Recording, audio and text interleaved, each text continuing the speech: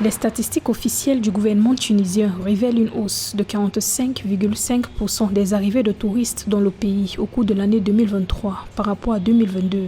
En 2023, la Tunisie a accueilli un total de 9,370 millions de touristes, selon les chiffres du ministère du Tourisme et de l'Artisanat publiés le 29 avril 2024. Pour la période allant du 1er janvier au 20 avril 2024, environ 2,125 millions de touristes ont visité le pays d'Afrique du Nord, contre 1,939 millions de touristes enregistrés au cours de la même période en 2023.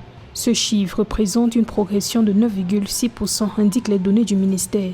Il est remarquable quand même de constater que ce pays reste quand même une destination phare dans le tourisme mondial et il est étonnant de voir la reprise de cette activité malgré le fait que quand même, politiquement parlant, ce pays n'est toujours pas stable.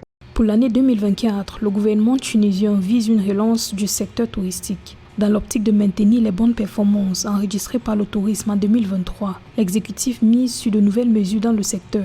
Le 27 avril 2024, le ministre du Tourisme, Mohamed Mouez Belhassine, a annoncé que le gouvernement se penche désormais sur l'amélioration de la qualité des services, des infrastructures, de l'accueil, du transport, de l'environnement, de l'hébergement et des sites archéologiques. Pour le gouvernement tunisien, il est très important de se battre dans deux axes différents. Le premier axe, c'est développer le tourisme intérieur. Il y a aussi l'autre axe qu'il faut développer, c'est le transport. Le ministre du Tourisme a également annoncé l'achèvement du projet de révision de la classification des hôtels à travers le pays, en vue de permettre au secteur touristique de se conformer à de nouvelles normes, notamment en matière de respect de l'environnement et d'inclusion des personnes ayant des besoins spéciaux.